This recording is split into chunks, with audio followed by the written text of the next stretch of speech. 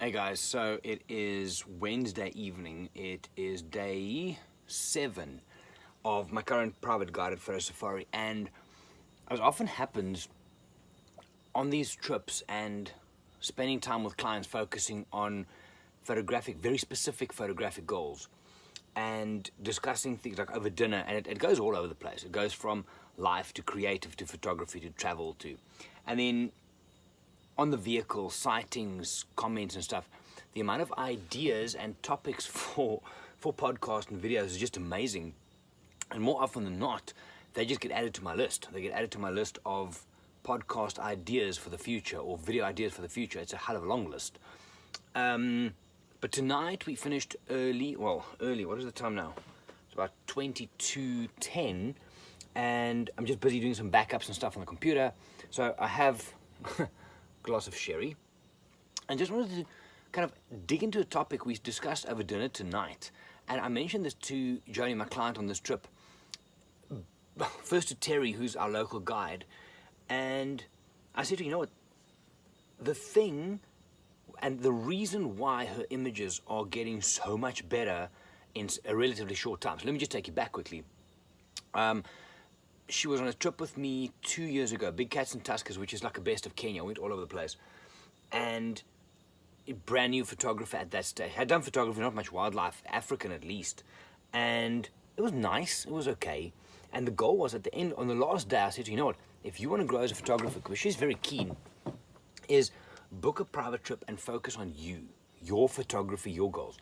Anyway, we started talking basically the next week. And now 2 years later, we've done this. We've been in the Mara for 4 days, 1 night in Joburg, which is a quick stopover, and now we're in the Sabi Sands, where I'm sitting outside for another tonight and then 2 more nights, so 2 more full days. And her photography has gone from okay to good, and now there's some great stuff coming out. And I spoke to Terry, who's our guide. Like I said, we had a drink at the bar before, and I said, you know what the biggest problem is, and this is kind of where I want to go with this. The biggest problem why people do not improve photographically is, and this might be some of you out there, and you have to be very honest with yourself on this, is people don't listen. It really is just as simple as that. And I thought about this for the first time this evening. We were at a leopard sighting. It was just our vehicle. We sat there for 2.5 hours. Long story short, it was amazing. But we got there, she was on the floor next to her kill, resting up. She then went to the kill, started feeding. We positioned because she kept on looking up a tree. So animal behavior said to us that she is going to go up the tree with the kill, because that's what they do. So there was some audio in the distance we couldn't hear, but you could definitely pick it up. And eventually she went up. So because we knew and we positioned, I prepped Joni before and said, this is what's going to happen. Try this, do this, take a shot of the tree, make sure you don't cut the tail off, and. Then she went up with a kill, as amazing. She spent some time up there, then she came down, and on her way down again, she paused halfway in the V of a tree. It was just magnificent.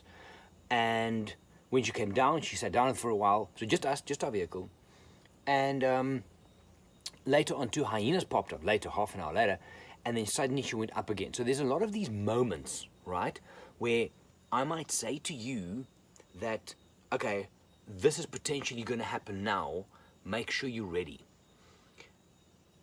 So we dial in settings, we dial in compositions, we make sure you do like sketch shots, you get ready for the scene, and then when things start happening, when the leopard starts way up in the tree, when it starts coming down, and there's something that I need to check to make sure that you're good, I would say in this instance, Jerry, listen, let me just have a look. So I always sit behind the guest because it's easier for me to monitor.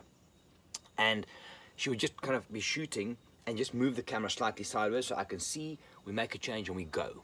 Now, even with a sighting like we had tonight, there was never a point in time that Joni said, no, wait, let me just get the shot first.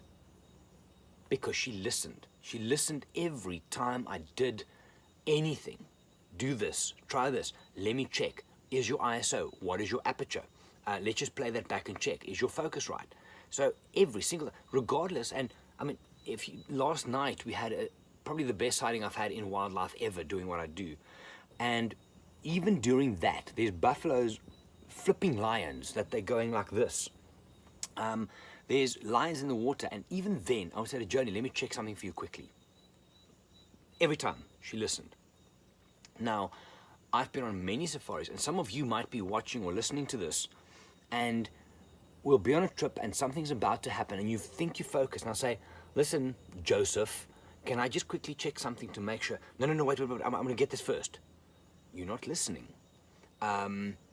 Or we might be the Great Migration, you've shot a whole bunch of the same images. I say, let's try something slow. Let's go slow. Let's do a radial blur and a pan at the same time, whatever. And it's like, no, just get one more. A lot of photographers out there who are trying to learn, and they say they want to learn, and they go through the motions of doing what they think it takes to be a better photographer, but they don't listen. They don't. And I said this to Joni now this evening at before over drinks just before dinner. I said, you know what? I am super impressed because the reason that your photography is going from here to here is because you listen every single time. That's happened. And the cool thing is, and I think this is maybe where the thing falls flat for some people, is you book me for a private guided trip, right? You book one of my guys for a private guided trip. You pay money to have me here. Not to have drinks with, which, I mean, I can if you want, that's cool, but to make a difference to your experience, to make you a better photographer. So, you're spending that money for me to be there, and with that needs to come trust. It's such a big deal. So, you need to trust that when I say to you, listen, let me have a quick look, it's because I'm wanting to make sure that you are going to be better. It makes me know that you have the right settings. So you're going to learn something along the way, and you're going to walk away with better images. There's trust, and then there's listening. I've had people online ask me over a matter of 12 years of whatever, doing Lightroom, literally 12 years. And they would say, yeah, but how do I do this? How do I do this? We answered it. I sent a link. A year later, they come back and ask the same question. They come on a trip, they ask the same question. I don't know why. Is it an ego thing for people to listen? To just sit back and actually take the advice? It doesn't mean you're bad. If you take advice, it doesn't mean that you're on the wrong track.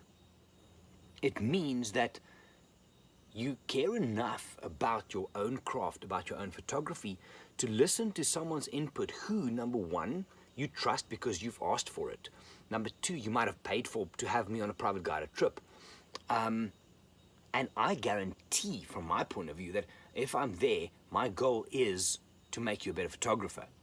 I mean, there's shocking stories out there of photographic guides who they obviously shoot for themselves, and I get it. You wouldn't listen to them because after the first half an hour, deep down, and guys, this to me I think is the crux of it, is deep down, deep in your gut, you know that you're not listening. You know that someone's saying something to you all the time, and you keep on doing the same stuff in Lightroom because it's comfortable. You keep on shooting the same stuff because it's comfortable. If you're with a guide who is not giving you their 100% and they're shooting for themselves, guys, you know it. I know when you go to bed in the evening and you lay down and it's just you up in your head over here, you know that is not right. You know that you are not doing everything that you can to be a better photographer. If you've been on the trip again and some people saying to you the same thing again and again and again, it's not them that's wrong. It's you that need to make a concerted effort to listen. I had someone on Instagram earlier today ask me, what is the best aperture to shoot wildlife? So in between everything, I was busy in the room here doing some emails. I normally try and answer everyone on Instagram because I think it's the right thing to do. And I said, well, it doesn't matter. It depends on where, it doesn't matter what aperture you shoot. The better question to ask is, what images do you want to create? And then reverse engineer it from there, and that'll help you with lens choice and aperture choice. That's exactly my answer to this guy. What should my aperture be when shooting wildlife? I say, decide on the type of image, reverse engineer what aperture you need, then go to the lenses. And the reply and the response then is just, okay, thank you. I'm thinking, dude, you've tapped into me. And I mean, I'm not a big deal, but I know I can add value. You've tapped into me. I've given you an answer because I can't say to you F8 is the right answer. I've given you an answer.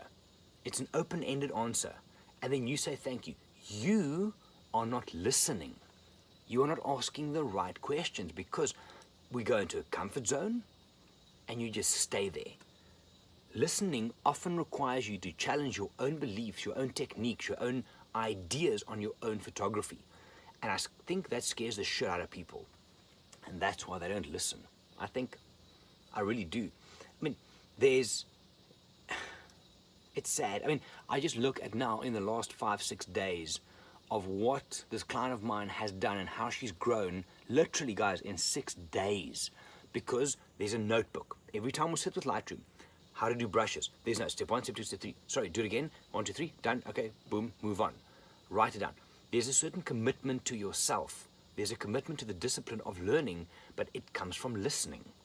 If you, and here's another, I mean, there are hundreds, if not thousands, of people out there who are putting content out on wildlife photography. So if you listen to one, that's cool. Now, if you come on a trip with me or with Wild Eye, you book me for a private guided safari, my goal, my service to you, what you are paying for, is for me to make you a better photographer. So why do you not listen and you go back onto things you think you've done or that you think you've heard because it's comfortable? You're not listening. You're not taking the advice in because it challenges. It's a circular thing, this. The more you listen, the more you're going to learn. The more you learn, the better photographer you are going to be. The better photographer you are, the better questions you're going to ask, and then you start the listening all over again. And that is the cycle that matters. And that is, and literally today, and it came to me, and in this leopard sighting today, that's when I picked it up again, is that even in the action, and it's action, I mean, there's hyenas running in, the leopard's about to go up, you see, she's looking up, she's looking at the hyena, said, Laurie, sorry, stop for a moment, let me just quickly check something for you. And if you've traveled in I don't just check, I talk all the time, because that helps you. And, okay, cool, I push your ISO up, you know why, yes, cool, done, shoot. Get the shots and learn, but it comes from listening. Yeah, that's me. I think, and I mean, it could be in life, but in photography, definitely. And in wildlife photography, my game, people are not listening. I really think that's where the fall happens. In Lightroom, often it's even worse because learning or listening might mean you have to learn new stuff and it challenges your comfort zone. In photography, out in the field, people don't listen because they think they're going to miss the shot. Well, guess what? If you fuck up the settings, you're going to miss it even worse. So rather listen, miss one, but get 10. My thoughts. Anyway, listen. It will make a difference, guaranteed.